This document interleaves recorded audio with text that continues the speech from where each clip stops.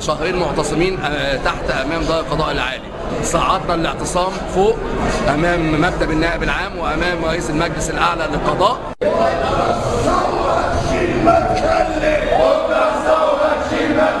احنا من مجموعه القضاء اللي هم اتذبحوا في عهد ممدوح مرعي وزير العدل الاسبق، مجموعه القضاء اللي اعتصموا في عام 2005 امام نادي القضاة عشان نقول لمصر وللعالم اجمع احنا بنرفض التزوير في الانتخابات، سواء كانت انتخابات رئاسيه او انتخابات برلمانيه.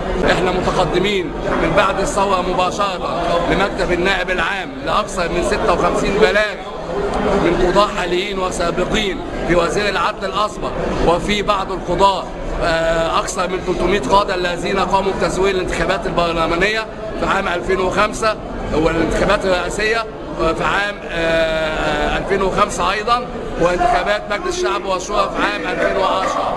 حتى الان كل هذه البلاغات حبيسه الادراج حتى الان، واحنا مش ماشيين من هنا حتى تلبى مطالب جميع القضاه ووكلاء النيابه.